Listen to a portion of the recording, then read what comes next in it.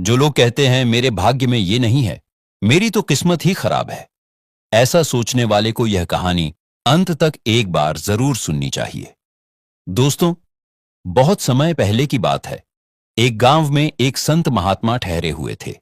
तभी वहां पर एक किसान आता है और उन संत महात्मा से कहता है, हे महात्मा जी, मैं बहुत परेशान हूं। मुझे लगता है कि मेरी किस्मत ही खराब है। मैं जो भी काम करता हूं वो सब बिगड़ जाता है। मुझे मेरी मेहनत का कोई फल प्राप्त नहीं होता। मैं एक किसान हूं। मैं दिन रात मेहनत करके खेती करता हूं, लेकिन मेरी फसल कभी अच्छी नहीं हो पाती। इसी वजह से मैं बहुत परेशान हूं। पता नहीं क्यों मेरे साथ ही ऐसा क्यों होता है। मैंने कई साधु संतों से सलाह ली। उन्होंने जो कुछ भी कहा मैंने वो सब कुछ किया। मैंने सभी तरह के अनुष्ठान, पूजा पाठ और यहां तक कि हर प्रकार के कार्य करके देख लिए, हर उपाय अपनाया, लेकिन फिर भी मुझे इसका कोई लाभ ही नहीं मिल रहा। मेरे अन्य गांव के किसान, उन सब की फसल बहुत अच्छी होती है, जबकि वो अपने खेतों में उतनी मेहनत भी नहीं करते हैं, लेकिन फिर भी उनकी फसलें हमेशा ही बहुत अच्छी होती हैं।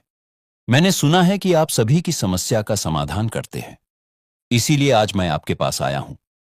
हे महात्मा जी, क्या आप मेरी समस्या का समाधान कर सकते हैं? क्या आप मेरी किस्मत बदल सकते हैं? उस किसान की सारी बातें सुनकर वे संत महात्मा मुस्कुराने लगे और उस किसान से कहने लगे, बेटा, तुम्हारी किस्मत तो पहले से ही बहुत अच्छी है। सब कुछ तो तुम्हारे पास ही है। फिर भला तुम ऐसा क्यों कहते हो कि तुम्हारी किस्मत खराब है?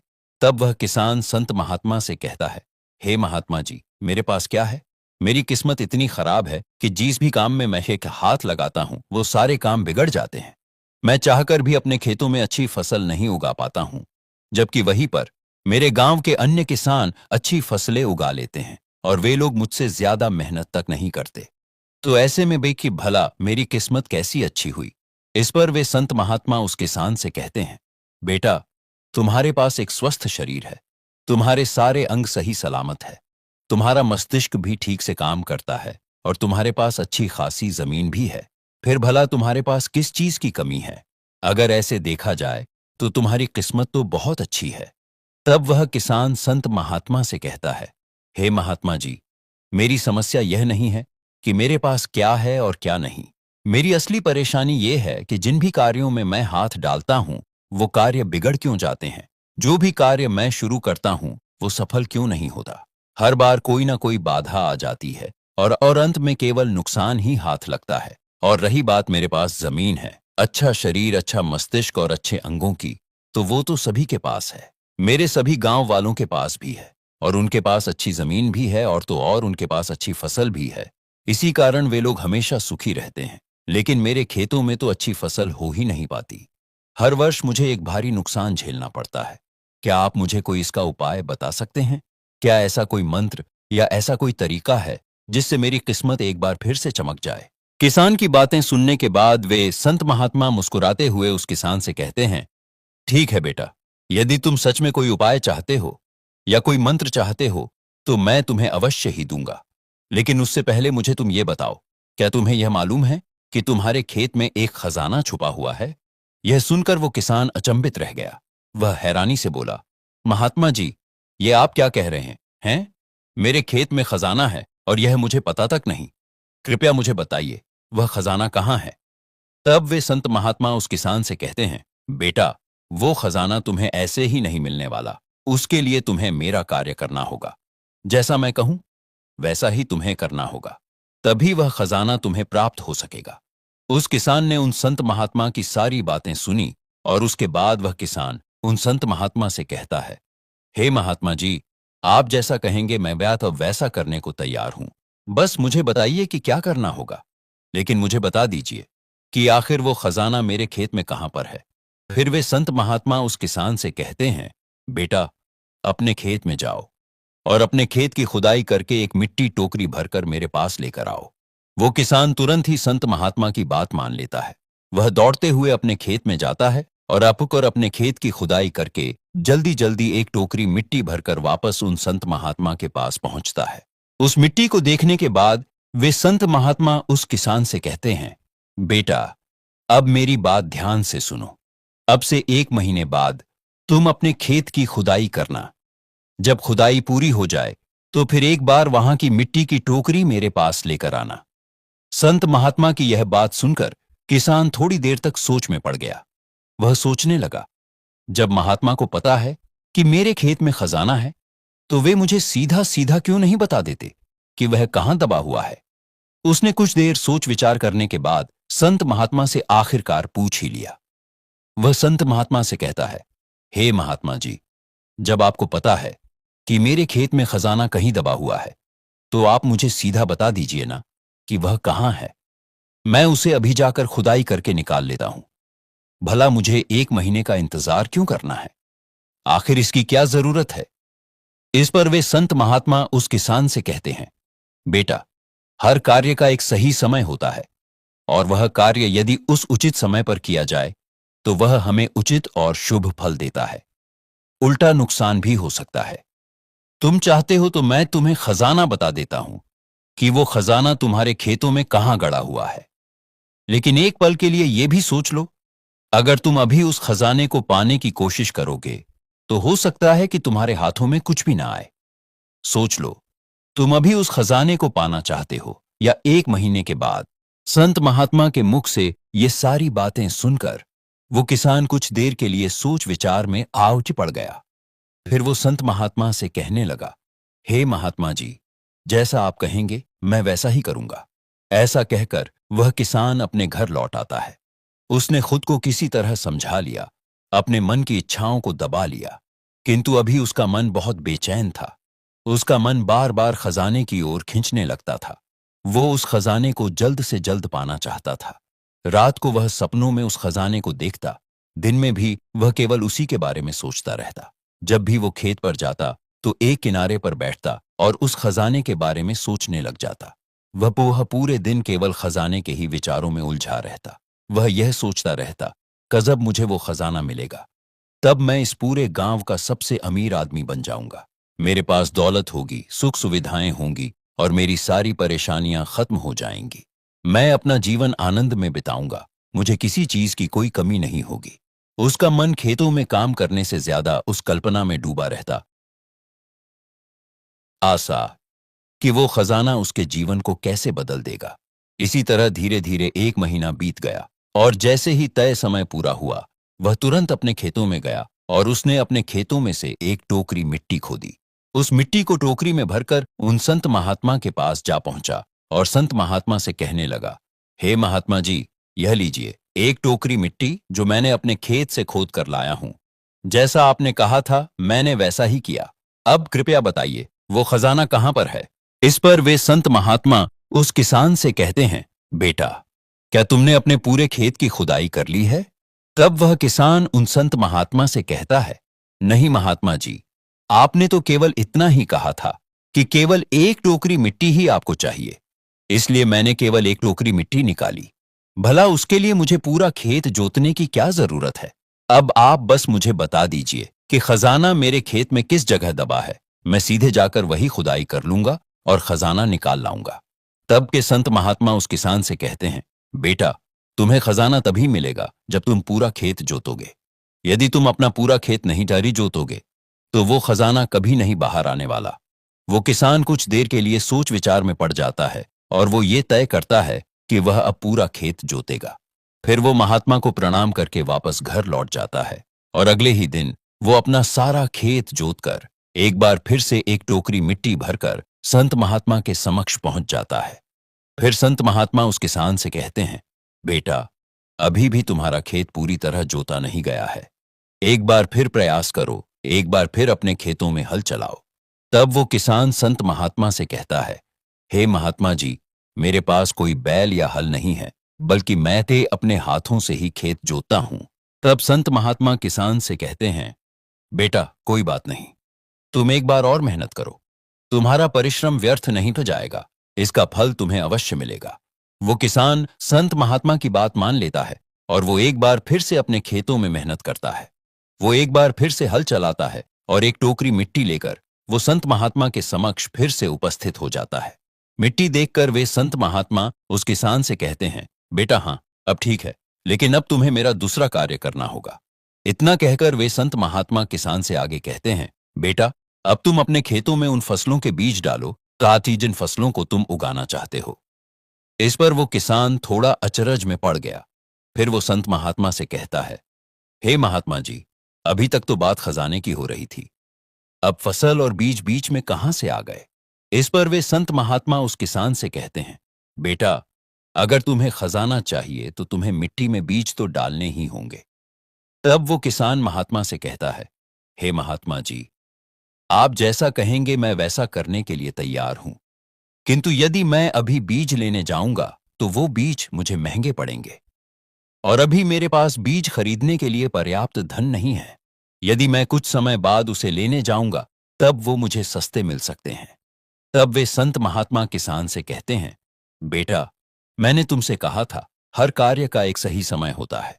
यदि हम किसी कार्य को सही समय पर करते हैं तो हमें उचित लाभ मिलता है, किंतु अगर वही कार्य उस समय पर नहीं होता है तो उसका फल हमें नहीं मिल पाता। इसलिए देर मत करो, आज ही जाओ और आकर अपने खेतों में बीज डालो। किसान संत महात्मा की बात मान लेता है।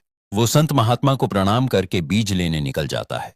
बीज लाकर वो अपने खेतों में भी डाल देता है और फिर वो संत महात्मा के पास वापस पहुंचता है और संत महात्मा से कहता है, हे महात्मा जी, आपने जैसा कहा था मैंने वैसा ही किया। अब कृपया मुझे बताइए कि वह खजाना आखिर मेरे खेत में कहां दबा है ताकि मैं उसे निकाल सकूं। तब संत महात्मा उस किसान से कहते हैं, बेटा, अभी तो तुम्हें एक और कार्य करना है, उसके बाद वो खजाना तुम्हें खुद ब खुद नजर आने लगेगा। तब वह किसान संत महात्मा से कहता है, हे महात्मा जी, अब मुझे और क्या करना है, कृपया बताइए।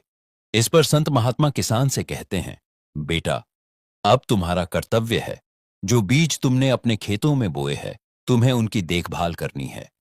उन्हें प्रेम से सींचना है और देखना है कि उन्हें कोई तकलीफ ना हो, वो स्वस्थ रहे, उन्हें कोई बीमारी या कीड़ा ना लगे। यदि ऐसा हुआ तो तुम्हें वो खजाना नहीं मिल पाएगा, और यदि तुम्हारे खेत का हर एक बीज अंकुरित हो गया और वो अपनी संपूर्णता तक पहुंच गया तो वो खजाना तुम्हें अवश्य ही दिखाई देगा और तब तुम्हें मेरे पास आने की कोई आवश्यकता भी नहीं पड़ेगी। उस किसान ने संत महात्मा की सारी बातें सुनी और उसके बाद वो संत महात्मा को प्रणाम करके वापस घर लौटकर अब अपने खेतों की देखभाल करने लगा।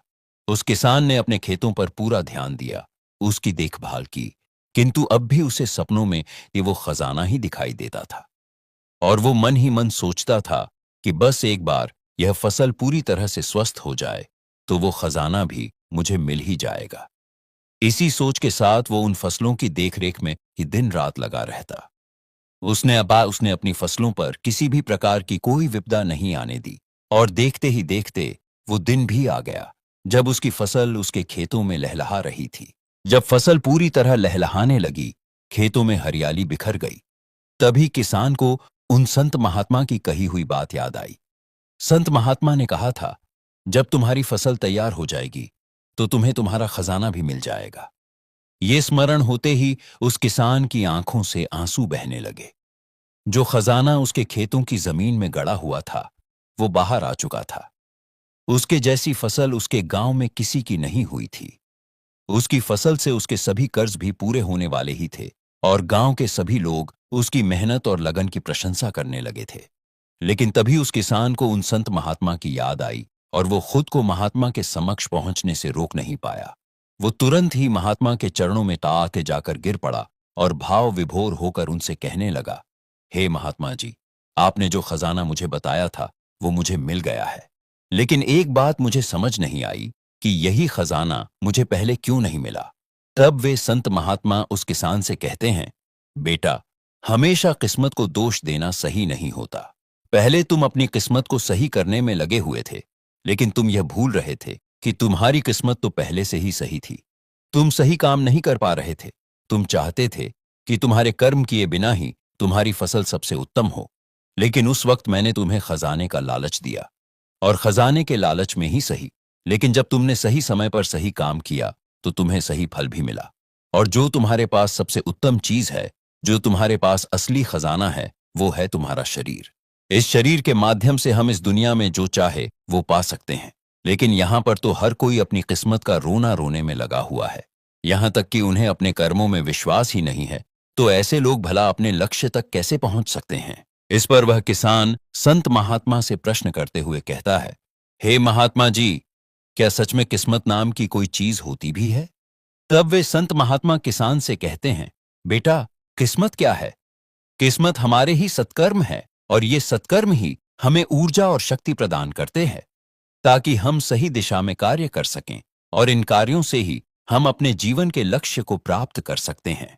संत महात्मा के मुख से ऐसे गूढ़ वचनों को सुनकर वो किसान महात्मा के चरणों में गिरकर उनसे कहने लगता है, हे महात्मा जी, आज मुझे समझ आ गया कि मेरी किस्मत खराब नहीं थी, मेरे तो कर्म ही बेमेल थे। किंतु मैं आज आपको वचन देता हूं कि आज से मैं कि कभी भी अपनी किस्मत को दोष नहीं दूंगा। मैं अपने कर्म सुधारूंगा, हर कार्य समय पर करूंगा और जीवन को नई सोच के साथ जीऊंगा।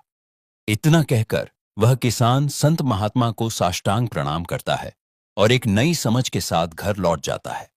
तो दोस्तों, यही गलती तो हम में से ज्यादातर लोग करते हैं।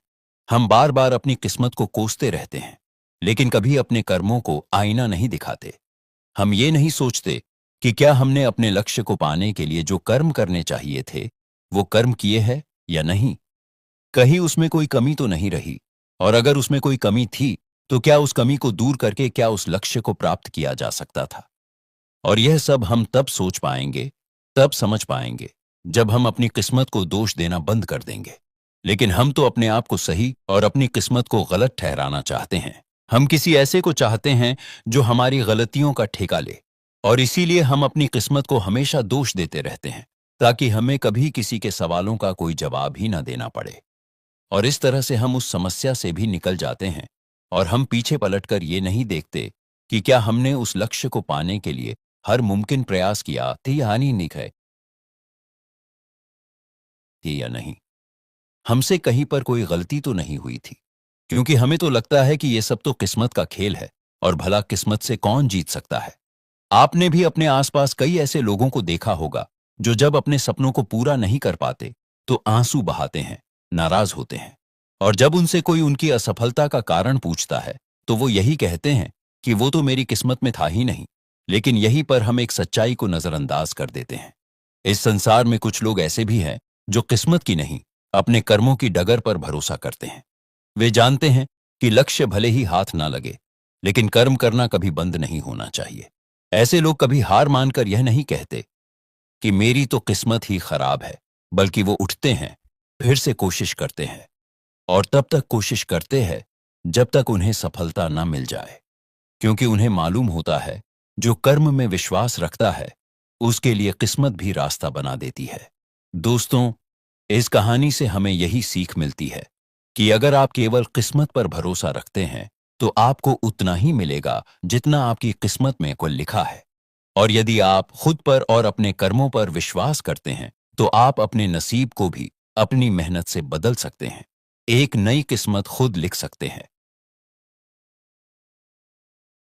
अबे बस आपसे एक ही सवाल पूछना चाहता हूं, आप किस पर ज्यादा भरोसा करते हैं, अपनी किस्मत पर या अपने कर्मों पर? निर्णय आपके हाथों में है। आप जो बनना चाहते हैं आपके लिए वो रास्ता खुला है। दोस्तों, यदि आपको यह वीडियो अच्छी लगी हो इस तो लाइक करें और इसे दूसरों के साथ भी शेयर अवश्य करें।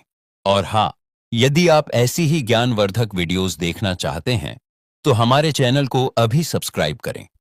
कमेंट बॉक्स में लिखिए, हर हर महादेव। भगवान भोलेनाथ की कृपा आप सभी पर बनी रहे। धन्यवाद।